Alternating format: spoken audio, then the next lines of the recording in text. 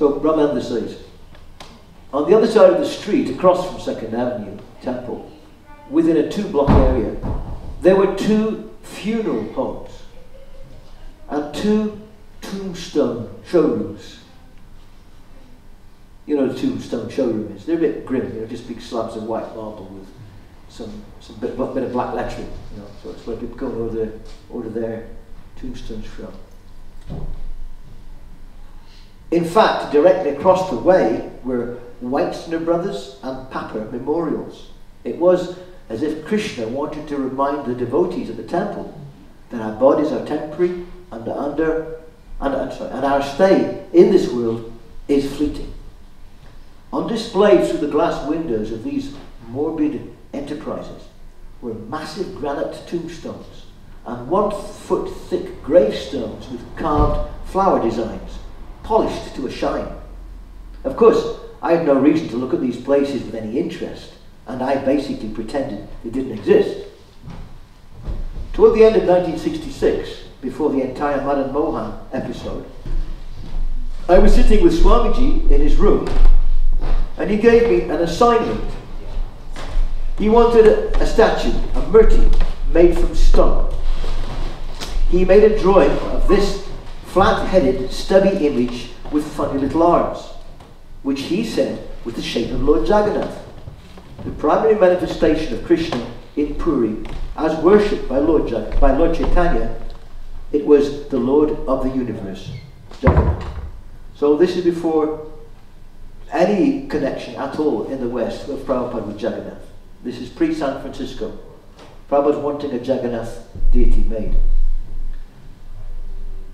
And he wanted me to go across the street and ask the tombstone seller to carve this shape out of granite. From Swamiji's point of view, this was a perfectly reasonable request, but I was shocked by it. How could a tombstone seller make this shape he had never seen before? And, more, why should he do it? How could I explain why I wanted this thing? To me it seemed like an untenable idea. At the time, I didn't know that deities are routinely hand-carved from marble slabs in India, and then decorated and worshipped. I don't think I'd even seen a photo of a deity at this point in time, only artwork painting to Krishna. From Swamiji's books I knew there were deities, but I didn't know where they came from. ISKCON had not started deity worship yet, anywhere. More importantly, I guess I lacked faith in Swamiji and what he was doing. My connection with him at that point was more about what I could get from him rather than what I could give to him. I had not really fully surrendered, and so back then, whatever service I rendered, I had to be comfortable with.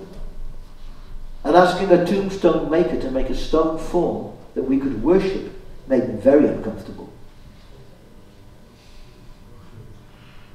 Swamiji would frequently ask us to do things like this, which, from our limited point of view, seemed very impractical. For example, he once asked us to go to Mayor John Lindsay, must be a New York mayor, and ask for a recognition of our 100% success rate for making young people drug-free. On another occasion, he asked us to go to the mayor and ask him to give us a parcel of land in the Brooklyn Botanical Gardens, to build a temple, and for an office at the UNESCO building for holding kirtan and prasadam programs for all the UN delegates. Swamiji had vision. We did not. But I didn't know this at the time. Anyway, after due consideration, I obediently went across the street and carried out the assignment. I was relieved that they didn't give much attention to the strange shape of the drawing, and politely explained that they only sell the tombstones and do not manufacture them. And the stone cutters use machines to cut the quarried stone in fixed shapes and sizes, and do not do custom handmade shapes, especially something as unconventional as this. So, Lord Jagannath did not appear to Swamiji's movement at this time.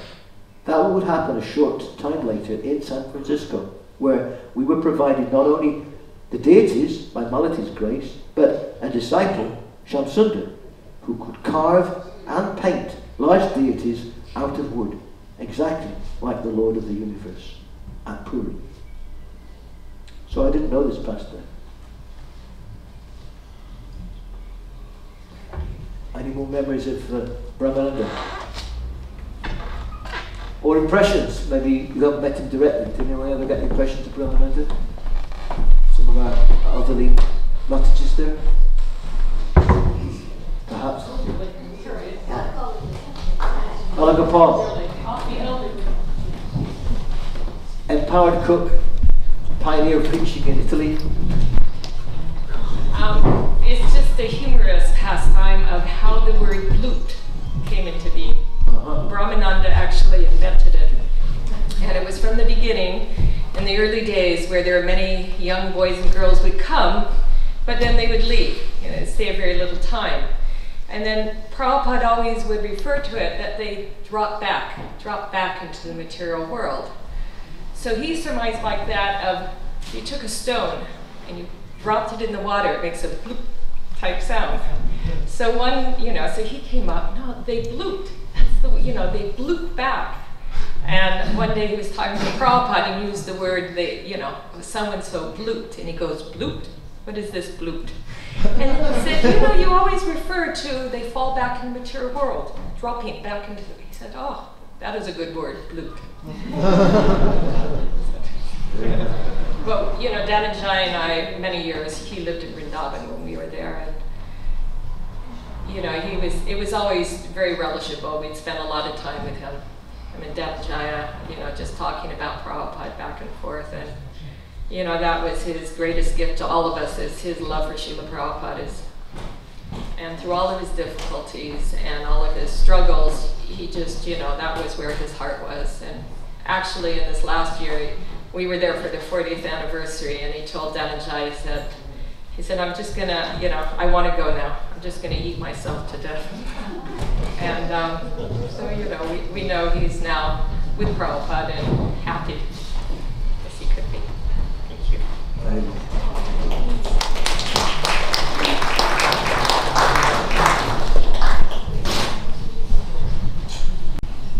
You've got a memory if you've got it.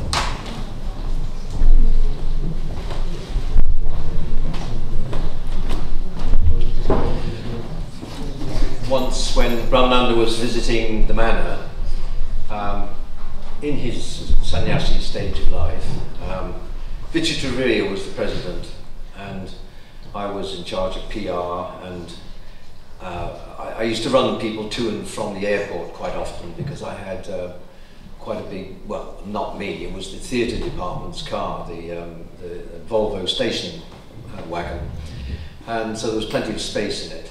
And Brahmananda came down in the morning with his bags and things to go to the airport, and we were shuffling around, moving stuff and wondering where things were going. And Brahmananda had referred a couple of days before to, I can't remember specifically, but it was something to do with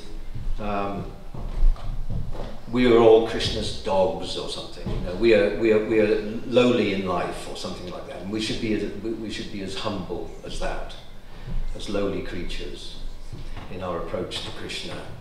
And so we were bumbling around trying to fit things into the car, and it was going slightly wrong, and I joked, I said, well, Maharaj, this is the part of the car for the dogs and things at the back here, And he laughed and I laughed, and it was a familiarity based on what he'd said in his lecture and things. And but Vichitravirya saw me whilst we were waiting to go, and I wasn't yet in the driving seat. He said, "What are you speaking to like this one of our most elevated sannyasis? And how can you joke like that?" So all the way to the airport, I was falling further and further into a state of panic as to how I'd dealt with Brahmananda Maharaj. And then I sat with him for a while, waiting for him to go up to the gate in the airport. And finally, I started to talk to him, and I was practically in tears by then. And he said, "Stop it, stop it. I didn't take it badly at all. You and I know each other from before, from America, so stop it. Pick yourself up. Don't be silly. I didn't take it badly. So he was very nice to me like that. So that's all.